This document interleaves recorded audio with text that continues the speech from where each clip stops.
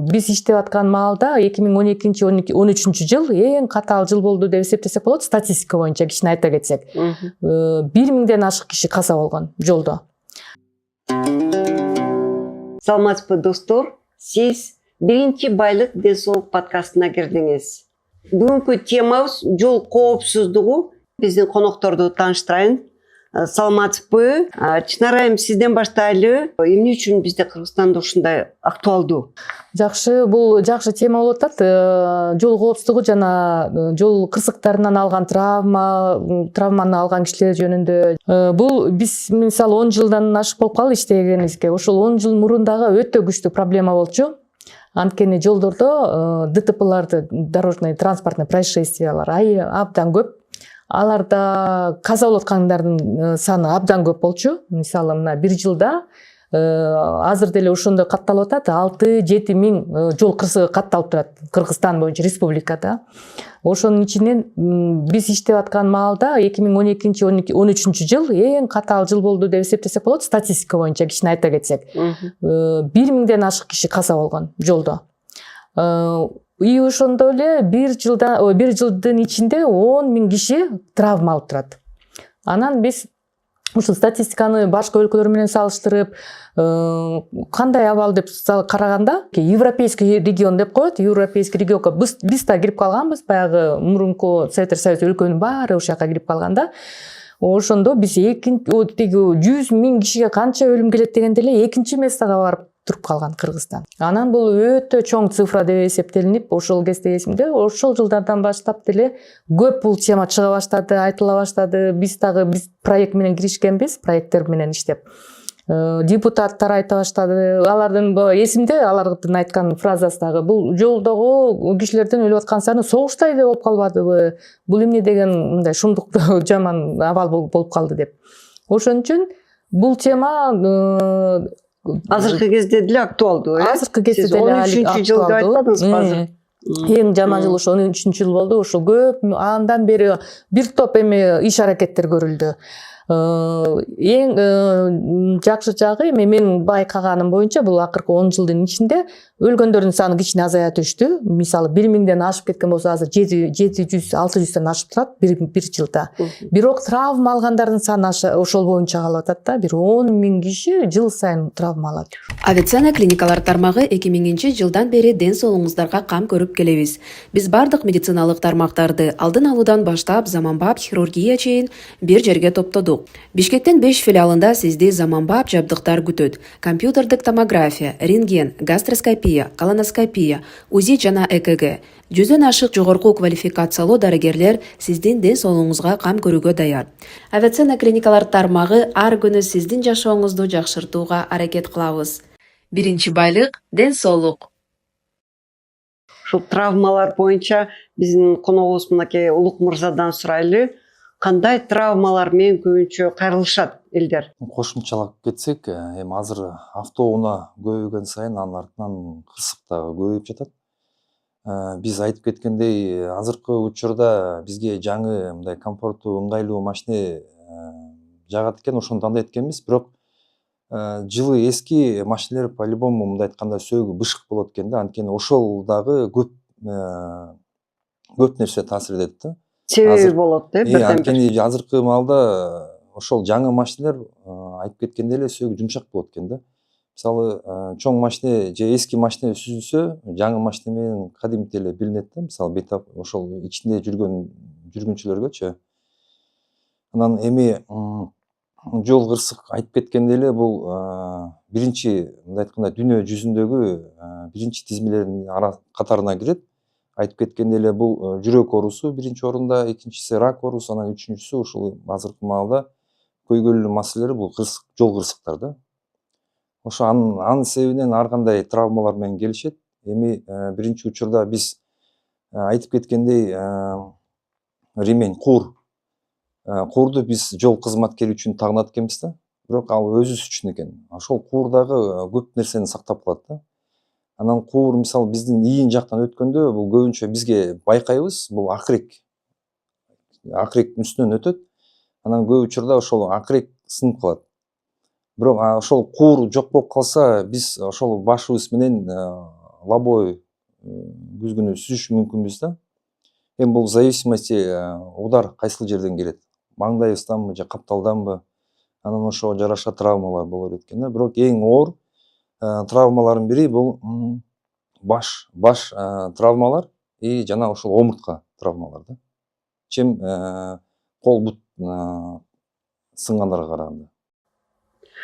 Чынар айым, мына сиз айттыңыз, ушул жол коопсуздугу боюнча иштегениңизге канча жыл болду дедиңиз? Азыр 13 жыл болду. 13 жыл болду. 13 жылдын ичинде сиз ушул коомдук иш менен алектенип жүрөсүз, аябай эле активно иштейсиз. Көп проекттерди алып барып атасыз, Эми ушул жерден эң негизгилерин сиз өзүңүз сыймыктанып кеткендей, ушул элге пайда бергендей проекттериңизди айтып кетпейсизби?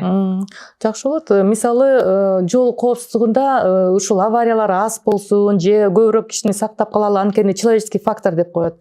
Көп айдоочу дагы ката кетириши мүмкүн да. Ошон үчүн айдоочу дагы катаны азыраак кетирип же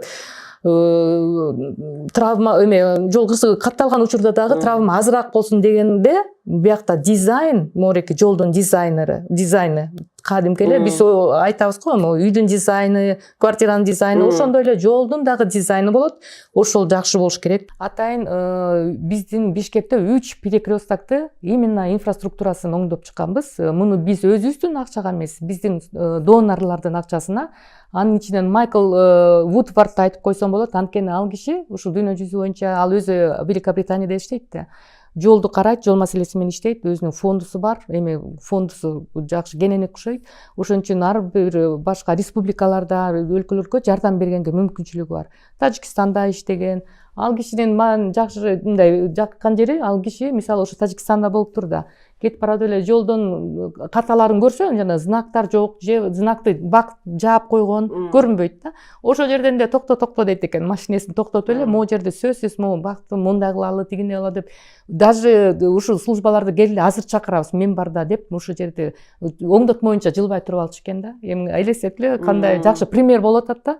Анткени биз көп учурда даже эртеңке калтырбай, өзүнүн акчасын да салат, и ошону оңдомо боюнча туруп алат экен да. Ошо биз ойлойбуз, бул незначительный эле суроо деп. А водительге бул значительный суроо болуп атпайбы? Ал үчүн ал кырсыкка кабыл алып калышы мүмкүн, знакты көрбөй. Ошон үчүн ушул киши бизге акчасын бергенде ал 3 перекресток, Молодая гвардия, Рыскулова көчөсү, Московская Бейшеналиева, Акунбаева, Малдыбаева 3 көчөдө чоң суммадагы акчасы берилди. Биз бияктан ГОБД менен иштедик. СМЭУ деген өзүнчө организация бар. 3 перекрестокто тең биз пешеходдун, жөө жүрүүчүнүн коопсуздугун биринчи карадык. Анткени вообще дүйнө жүзү боюнча азыр жолдо деген только автомобиль жүрүп калды да, көп учурда. Ошондой болуп кеткен негизи тенденция. Только машиналар жүрөт, анан айдоочулардын укугуна эле карап калган да. Эми азыр ошол политика тескери бурулду. Тескери бурулуп, азыр жолго эшикке чыкканда баарыбыз барбыз. Мына баарыбыз азыр эшикке чыксак эле баарыбыз барбыз. Пассажир катары, жөө жүрүүчү катары, анын ичинде ар кандай категориялар бар. Мүмкүнчүлүгү чектелген адам бар, ал общественный транспортко жүрө алабы же жокпу деген суроо бар. Кичинекей балдар бар, алар көрүнбөй калат, рост үчүн эле да. Алар жол кырсыгына каба албайбы деген маселе бар. Ошон үчүн дизайнга, инфраструктурага аябай көп көңүл буруп, анан ушул жолду улица деп коюшат, улица для всех деп. Жолду баарыбызга чөйрөнү, баарыбызга мүмкүнчүлүгүбүзгө бергиле деген политика жүрүп атат да. Анан ушул 3 перекрестокто мисалы Московская Бейшеналиевада биз островок безопасности деп коет. Кичинекей эле аралча. Ошол жерге эгер жөө жүрүүчү үлгүрбөй баратса, ошол жерге токтоп, анан машиналар өткөндөн кийин светофор кайра күйгөндө кайра улантып кетсе болот. Же болбосо бизде көп учурда тоже аябай эле кичинекей маселедей болуп эсептелинет. Бордюрлар жолду ошо бараткан зебраны эле жаап койгон да. Муну ошол жердеги строительдер частный компаниялар болот көп учурда. Аны Минтранс заказ кылса деле, ГОБД предписаниясын берсе деле, алар туура эмес рек жасап коюшкан учурлар көп болот. Люктар жабылып калган болот, коммуникационный. алар ошо рабочийлердин ошибкалары болуп атат да. Анан ошондой детальдардан бери карап, могу жерге коляска өтүшү керек экен, коляскага жол. Могу жерде велосипедисттер дагы өтө алат. Жол жабылып калыптыр, ачыш керек. Коляскалар менен өтүүгө возможностьтер ачылышы керек деп бүт ошо детальдарга жардам берип, бирок баардыгын жаңыладык да. Светофорлордон баштап, светофорлордо звуктар для видящих, слышащий, но не видящий мүмкүнчүлүгү чектелген болсо, анда светофордон сигнал берилип, атайын өтсөңөр болот деген ушундай бир проект болду. Билим керек да. Үйрөнгөнсүздөр ошон үчүн. Бул биз инженер тараптан аябай көп иштер болду. Мисалы 2 жолу эл аралык инженер келип өзүнүн рекомендациясын улам берип атты. Биздин инженерлер өздөрү айтып атты. Бул жерге койсо болобу же болбойбу? Койсо биздин стандарт кандай, биздин талаптар деп ошого улам айкалаштырып атырып жасадык да. Жол кырсыгы болсо эле биз билебиз да, машине же болбосо шопур күнөөлүү деп. Демек себептери көп турбайбы? Ошол негизги себептерин бир санап кетсеңиз. Себептерин мындай деп айталы, негизи ушу мен айтып кеткендей, акыркы 10 жылдан ашты биз статистика менен иштейбиз. Статистиканы чогултуу дагы маселе да. Мисалы Минздрав өзүнүн статистикасын стат комитетке барып коюлат, анан ГОБД республика боюнча санайт, анан аны өз ара дагы бирден чогултуу кыйын. Ошон үчүн биз официальный деп коебуз, ГОБДдан окончательный статистиканы алып биз дагы ошо менен иштешебиз да. Ошол статистиканы эгер карасак, акыркы 10 жылдан уже ашты, ошол тенденция пока бүтпөй атат. 90-80% учурларда бул айдоочунун күнөөсү болуп калып атат. Ошол бул албетте бул сразу көп суроону көтөрөт да. Мисалы алар айдоочулар жакшы даярдалып атабы же жокпу дегендей. Анан айдоочулар кандай эрежелерди бузуп атат? Эң биринчи бул маневрду туура эмес жасоо. То есть алар деле автошколаны бүттү дейли, 20 жыл мурун бүттү дейли же азыр бүттү дейли. Кандай учур болбосун, алар маневрду туура эмес жасап атышат. Значит, же стаж жетпейт, же аны билип туруп деле ошол нарушенияга барып атышат да. Экинчи учурда обгон и выезд на встречную полосу. Бул элементардык эле эреже катары угулуп атат, биз водитель, биз көбүнчөбүз. Ал эрежелерди деле билебиз. Бирок ошолну тоже расчет жок да. Обгонго кайсын кандай чыкканда туура өтөсүң. Жок, расчет жок, лобовой столкновениялар көп. Лобовое столкновение жана жаракат алгандардын саны көп. И тяжелый травма. Тяжелый травма алгандар. Почему? Кыргызстанда ошо тяжелый травма алгандар боюнча өтө көп жол кырсыгы катталат. Лобовое столкновение. И үчүнчү учурда ылдамдык. Вот ылдамдыкка келгенде дагы бул өзүнчө фактор риска дагы болуп эсептелинет. Ылдамдыкты эми көбүнчөсү баш ийгиси келбейт да, көбүнчөсү. Мисалы айдоочулар өздөрү эле айтат, мектептин жанында 40 турабы, аны уже эч ким карабайт 40-ыңды. Азыр биз, кстати, проект жөнүндө сиз сурап калдыңыз, биздин дагы бир проект бар. Именно мектептердин жанында ылдамдыкты 30га түшүрөбүз деп. Бул дүйнө жүзү боюнча өзүн уже далилдеген практика да. Ошон үчүн биз дагы ошга азыр пилоттук түрдө келдик. Республика боюнча пилоттук түрдө азыр 160 мектептин жанында кыскартылды да. Эми биз ошону азыр карап атабыз, натыйжасы кандай болот деп. Ушуга айдоочулар көнүшү керек болуп атат. Буга чейин 40 болчу. Буга чейин 40. Буга айдоочулар жаман көрөт. Жолдун эмесин кыскартабыз, мисалы ылдамдыкты же штрафты көтөрөбүз деген маселелер. Бул айдоочу үчүн аябай жаман көргөн маселе, бирок биз айдоочунун көңүлүнөн эмес, буякта коопсуздук маселеси болуп атат да. Анткени бизде эгер мындай жалпысынан айта келе турган болсом, мектептерде жылына 100дөн ашык бала каза болот. Мектеп учурундагы балдар. Ошондо мындай орой айткан болсок, 2 класс бошоп турат жылына. Эми элестетип көрүлө, ар жыл сайын 2 класстан. Аябай ошондук. Эми анда дагы бир өтө эле мындай суроо, эмне үчүн бизде эле ушундай? Эмне үчүн бизде Кыргызстанда же жаныбызда мынакей Тажикстанда ушундай экен? Эмне үчүн? Негизги себеп. Бардык жерде ушундай. Биз Кыргызстанда гана маселе эмес, көп жерде маселе бул. Бул дүйнөлүк маселе. Мисалы ушул Европа өлкөлөрүндө. Эми Европа өлкөлөрүн биз үчүн албетте мисал. Анткени алар буга байма-бай келишкен да. Алар деле, биз азыр тыгында отурабызбы? Отурабыз. Бизде транспортта бери семьяда 2 үчөө. пробки заторы деген маселеге келдик. Мына азыр биздин Улук мырза айтып кеткендей, машиненин акыбалы, саны, жолдун акыбалы, дагы эмне? Деги эле адамдын кулк мүнөзү, тартиби да. ооба, жерде. сөзсүз түрдө маданиятка биз сөзсүз кеп кылып коюш керек. Ооба, Бирок сөзсүз бул сиз жерде. буга чейин сурап калдыңыз, башка өлкөлөрдө кандай? Европа ушул маселелерден мен айткым келген өттү. Алар ушул этаптан өттү да. Анан алар уже өткөн этапты карап турса, биз өтүп атабыз. Биз ушул транспортный системада азыр көп маселеге такалып калдык да. Анан алар айтып атат, биз сиздерге мындай өзүбүздүн рекомендацияларды берет элек, ушул маселелерден сөзсүз түрдө эле биздин опытты повторять этпей, башкача дагы кетсеңер болот. Мисалы, бизде алар деген азыр жанагы мен айтып кеткендей, жүрүүчүлөргө мүмкүнчүлүк берип атат. Мүмкүнчүлүгү чектелген адам, карыган адамдар жана жаш балдар. Бизде көчөдө жолду жакшы өтө алабы? Өтө албайт көп учурда.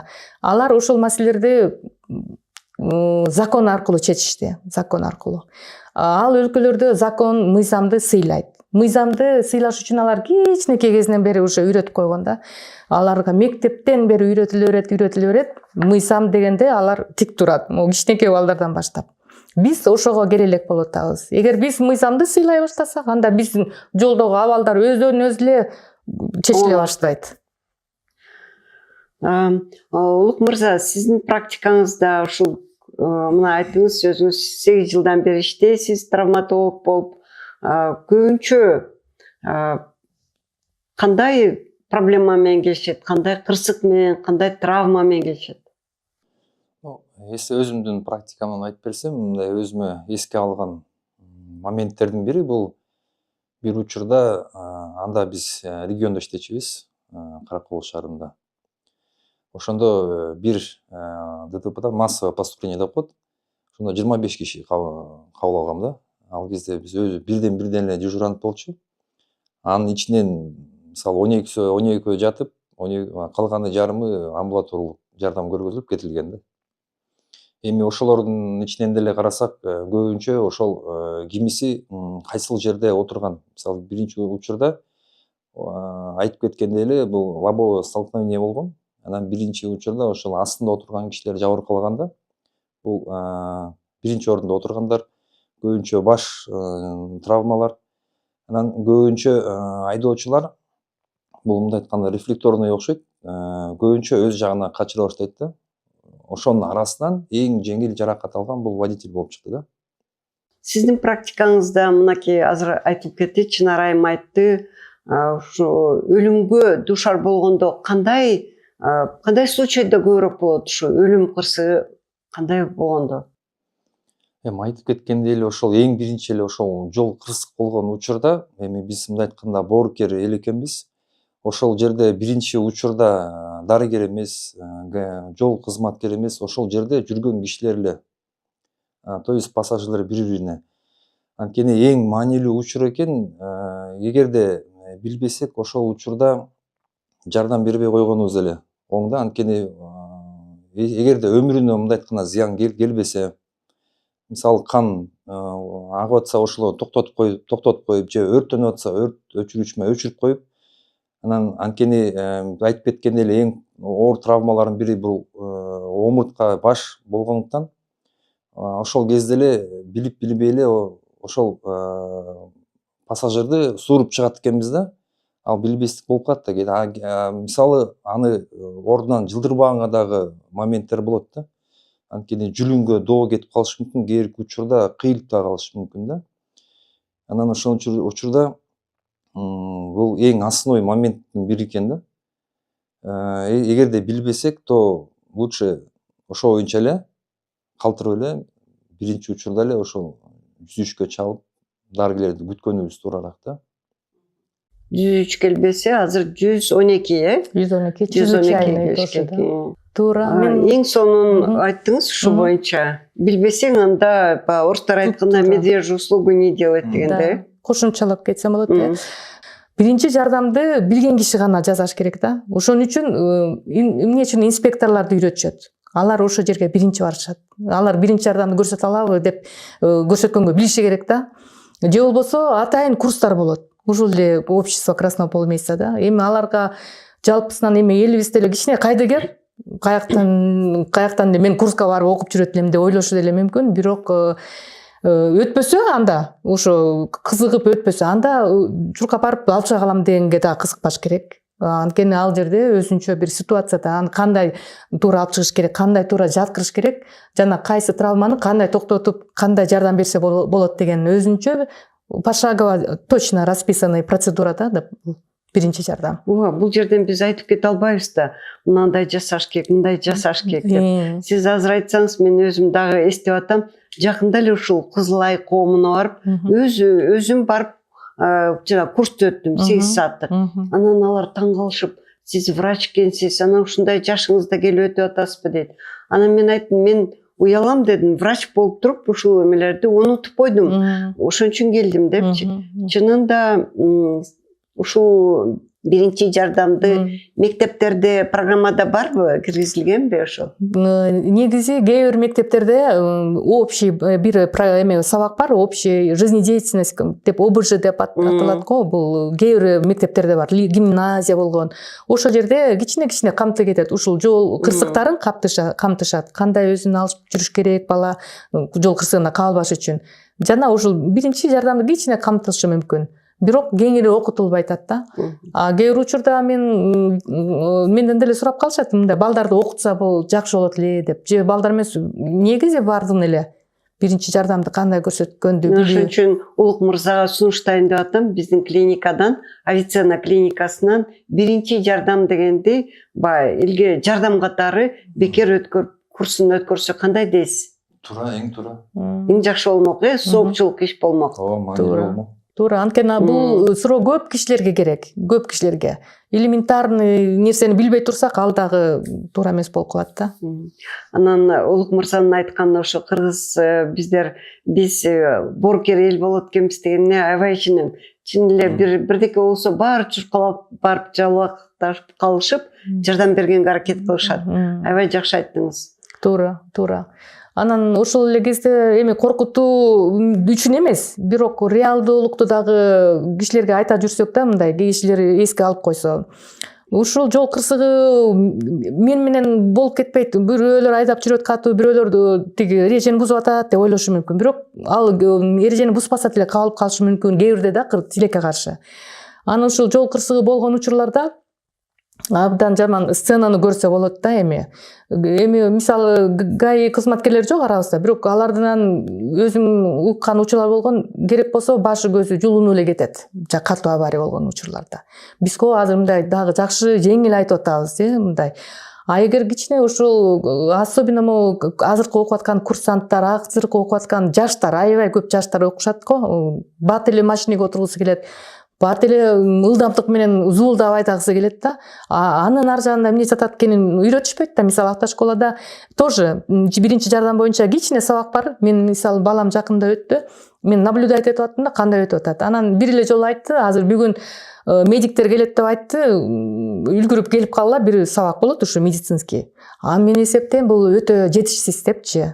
Чуркап барып бир жарым саат 40 мүнөт бир жыргаткан болсо 1 саат өттү дейле. Ал жетиштүү же жокпу? Аны ошол мисалы жол кырсыгы болуп кеткенде ошо жаман үрөйдү учурган сценаны көрсө болот.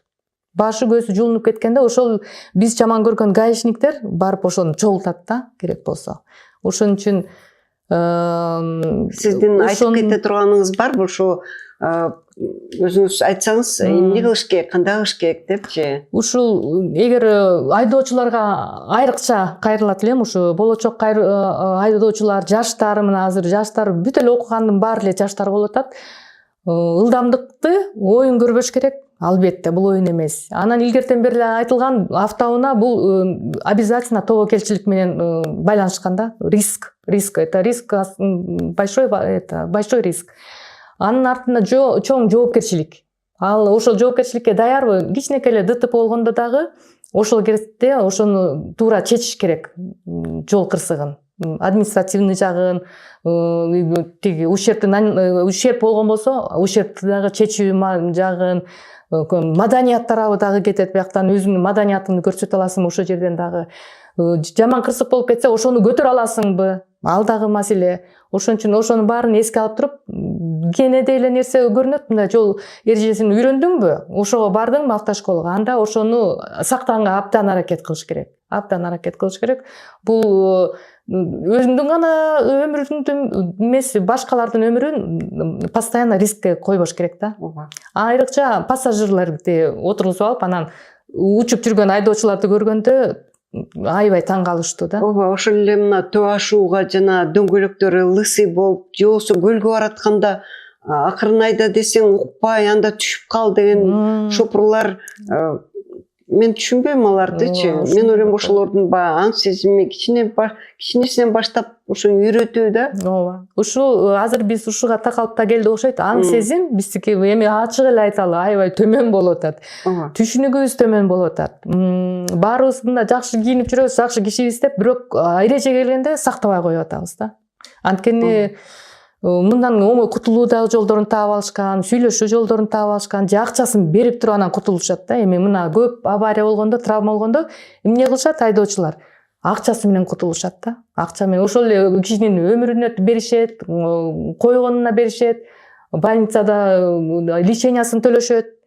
Аны төлөп коем деп эле айташат окшойт. Мен аны төлөйм депчи. Кудайдын алдында жооп болот, Улук мырза, сиз бул боюнча кандай кайрылууңуз бар? Мен да ошо эжеке айтып калгандай, ошо биздин аң сезимибиз мындай айтканда бузулган. Мен мындай айтканда өзүмдүн деле тажрыйбамды айтып берсем, бул унаа айдаганга чейин, то есть жөө жүргүнчү болуп жүргөн кезде, ошол кезде айдоочулук күбөлүк айдоочулук мектепте окуп атканда, ошондо биздин агайыбыз айтчу да, силер качан унаага өзүңөр башкарып, өзүңөр айдаганда ошондо түшүнө баштайсыңар жөө жүргүнчүлөр депчи. Анткени арасында суроо бергендер бар да, мисалы өткөш керек, тынч керек, мынч керек, биз шашпай өтөбүз депчи. Анан качан сен өзүң рульга отурганда түшүнө баштайт экенсиң да. Азыркы мисалы жаштарга айтар элем, мисалы өзүбүз деле көбүнчө өтүүчү жерлерден өткөндө көбүнчөсү мисалы телефонун колундачы, наушник дегендей, ошого алаксып, анан шашпай өтөт да. Мисалы мен деле өтүүчү жерден өтүп атканда мен обязательно эки жакты карайм да. Хоть даже на расстояние көрүп атам, машина жок, бирок кайра эле карап өтөм да. Анткени азыр эми күн жылып атат, жай, мисалы айтышым мүмкүн, кышында көбүрөөк ДТП болот депчи, бирок могу ылдамдык наоборот, могу күн жылганда күчөйт да, катуу айдайт мисалы. Кышында көбүнчө тайгак болгон үчүн акырындан айдайт экенбиз да. Могу күн жылганда өзүбүздүн практикабызда кездешет. Могу жаз менен жайында көбүрөөк жол кырсык катталат да. Кырсык кабак каштын ортосунда деген сөз бар эмеспи?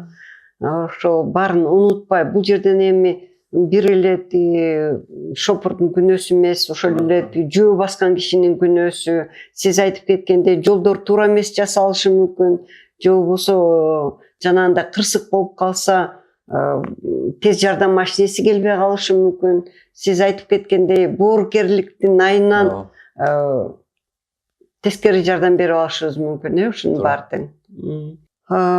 Адамдын кулк мүнөзү, воспитаниясы, ушунун баары тең ушу жол коопсуздугуна түз эле таасир берет экен дебедикпи? Анан бир мен эстеп кеттим.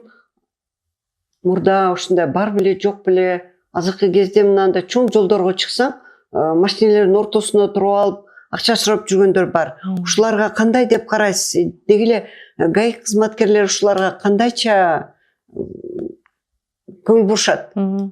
Сизден суроо. Ооба, мен айтып коеюн, алар үчүн жооп берген болуп калам, бирок алардын бул түздөн түз жумушу, алар бул көрүнүш менен дагы алектенишет да. Сөзсүз түрдө аларды жолдон алганга аракет кылышат, кармап атайын аларга кам көрүү жайларга беришет. бирок алар болбой эле кайра келип жолго турушат. Анан ошол эле бир кишини же бир бомжду кайра кооп жүрө албай алар туруп калып атышат. Мисалычы баары бир. Бирок бул түздөн түз милициянын, конечно, ГАИнин жумушу, алар буга көңүл бурушат да. Эми ага карабай албетте көбөйүп кетип атат кээ бир учурларда. Мисалы азыр эле орозо маалы бүттү. Ошо орозо маалында кишилер берет деген тейдеби көбөйүп кетип атат да. Бирок бул тейленип аткан жумуш да. Албетте айдоочуга кичине эми дагы создавать этет неудобство. Өтүп баратканда сөзсүз түрдө ылдамдыкты азайтабыз, анткени алыны сүзүп деле кетиши мүмкүн ошо турган жеринен. Ал аксыйт айдоочу. Андан качам деп башка айдоочуга жакындап калышы мүмкүн. Анда дагы уже появляется опасность ДТП. Ушуну алдын алуу үчүн мен тиги шопурларга айтат элем да, өзүм балама айдагандардын баарына эле айтам, деги эле акча бербегиле депчи. Бул эң биринчи иретте. Акча бербеш керек депчи. Бул туура эмес, эгерде жардам бергин келсе аларга башкача жардам бериш керек деп. Туура. Негизи эле эгер гаилердин мүмкүнчүлүгү жетип ошолорду такыр жойсо, бул туура болмок. Анткени булар тоскоолдук. Жолдо бул тоскоолдук. Жолдо алар турбашы керек, конечно. Жолдо эчтеке турбаш керек. Жол ачык, түшүнүктүү болуш керек дегендей. Эми ушул жол кырсыгын, жол коопсуздугун колдонуу үчүн, жол кырсыгын алдын алуу үчүн кандай чараларды көрүш керек? Сиздер айтып кетесиздер. Мен ошо эки нерсени сөзсүз айтып кетет элем. Бул өтө эле баарыбызга белгилүү, өтө жөнөкөй сезилиши мүмкүн, бирок көп учурда аткарылбай да келаткан учур. Биринчиден бул айдоочу жана бүт пассажирлар коопсуздук курум табышы керек. Албетте бул азыркы учурда водитель коопсуздук курун тагынат, биринчи сиденияда отурган пассажир тагынышы мүмкүн. Эгер ал ГАИ көрсө дагы тагына алган учурлар болот. То есть башында айта кеттик го, ГАИ үчүн жасап атабыз да. Буну пока түшүнө элекпиз, бул өзүбүзгө керек экенин. Жана эрежеде жазылуу. Эрежени биз сактагыбыз келбей атат. Арткы сидениядагылар такыр эле колдонбогонго өтүшкөн да. Анан бул эрежеде жазылуу, бирок биз муну аткарбайбыз. Бирок бул профилактикага кирет. Именно айрыкча ылдамдык менен келаткан учурда эгер жол кырсыгы катталып кетсе, ошол курду таанып отурган кишини сактап калат. Муну билиш керек. Экинчиси, балдар каза болуп атат деп атабыз. Балдар мындай дагы эме бар, көрүнүш. Алар жолдо жүрүп каза эмес, машинанын ичинде отуруп каза болуп атышат. Аларга тоже эрежеде жазылуу, кичинекей 7 жаштагы балдарды сөзсүз түрдө автокреслого отургузгула деген. Биздин баягы эле төмөн түшүнүк менен, төмөн маданиятыбыз менен биз ага баргыбыз келбей атат. Бизде 2 бала бар, 3 бала бар. Биз аны батыра албайбыз. Автокреслону орнотуш керек, автокреслону сатып алыш керек. То есть анын башка причиналар көп. Бирок коопсуздукка келгенде биз отургузуп алабыз деп кеттик дейли. Мисалы ушул эмени айта кетейин. Ушул 60 чакырым менен жүрөбүз. Бул эрежеде жазылган шаардын ичинде. 60 менен жүрүп аткан учурда, эгер баланы кучактап мамасы кармап отурган болсо, резкий тормоз жол кырсыгы катталчу болсо, ошол баланын веси 10 эсе өсүп кетет. Бала эмне болот? Бала учуп кетет. Элементарно ал мамасы кармап отуруп калбайт. Көп аварияларда балдар ошондой каза болуп калышы мүмкүн. Лобовойго ыргып кетет, боковойго ыргып кетет, сүзөт, раналардын баарын алат, же кысылып калышы мүмкүн, дыхание. В общем, ар кандай түрдөгү именно пассажир катары. То есть кичинекей балага эрежеде жазылганды биз аткаргыбыз келбей атат, бирок бул профилактикага да кирет. Бул эрежеде жазылуу мыйзамда. Просто бизде ГАИ кызматкерлеринен деле чакыра кетет элем. Буга деле олуттуу мамиле кылып, бүт айдоочулар, бүт ушу бараткандарды профилактиканы ушундайда жүргүзсө болот, токтотуп эле штрафтарды жакшы салып үйрөтүш керек болуп атат да эми. Биздин элибиз тилекке каршы. Жөн айтканда угуп калбайт. Мен айтсам деле угуп калбайт. Мисалы да, бизде практика ушинтип атат. Штраф жасаш керек. Эгер катуураак штраф, анан токтотуп, анан законго такап, ошондой болгондо гана анан түшүнүп атат да, макул деп. Бирок ушул экени, хотя бы ушул экени колдонуш керек да, сөзсүз түрдө. Улук мырза, сиз врач катары кандай кеңешиңиз бар? Жол кырсыктарын алдын алуу боюнча. Өйдө да айтылып кеткендей эле ошол бизге основной процент ошо айдоочудан эле зависит эткен да. Ошол эле мыйзамга баш ийип, жол эрежелерин бузбай, ошол эле жол белгилерин сактап жүрсөк эле мен ойлойм баары жакшы болот депчи. Жана Райым, сиздин проект боюнча мынакей аябай сонун роликтер жасалып атат. Ошонун эң таасирдүүлөрүн айтып кетесизби? Ушу таасирлеринен ушул темага карата, бүгүнкү темага карата, ушу 13-жылы биринчи жардамды кандай көрсөтүү боюнча атайын серия болгон, бир 5-6 серия именно адистер көрсөткөн. Практикада кандай алып чыгып, кандай жаткырып, ушиб болсо кандай, перелом болсо кандай, же башы повреждация эткен болсо кандай аны туура алып чыгыш керек деген роликтер сниматься этилген. Алар орусча, кыргызча тилге которулган. Анын баары биздин социальный страница YouTube'дарга коюлган. Андан сырткары могу биринчи жол кырсыгы болуп кеткен учурларда 3 служба келет. МЧС, биздин Кыргызстандын шартында МЧС сөзсүз келет, тоже скорый помощь, ГАИ. Ушул 3 службадагы аябай координированно иштеш керек деген проект болгон бизде. И ошол проект боюнча да биздин партнерлор менен чогуу, донорлор менен атайын видеороликтерди снимать этишкен да. Ушул 3 органда кандай скоординированно иштеп, бири-бирине кандай координация болот жана ошол келгенде кандай шагтарды жасаш керек деген. Мисалы ГАИ барып ошо жардам берем деп алып жүрбөйт, ал территорияны оцепление кылат, свидетельдерди чогултат, опрос жүргүзөт. Ал учурда МЧС келгенде туура машинеден чыгарыш керек. Машинени кескен учурлар болот, ошону чыгарыш үчүн такалып калган кишилер болот жол кырсыктарында. Анан скорыйдын иши башталат да. Ошол боюнча атайын видео роликтер чыккан, ал дагы орус тилинде, кыргыз тилинде.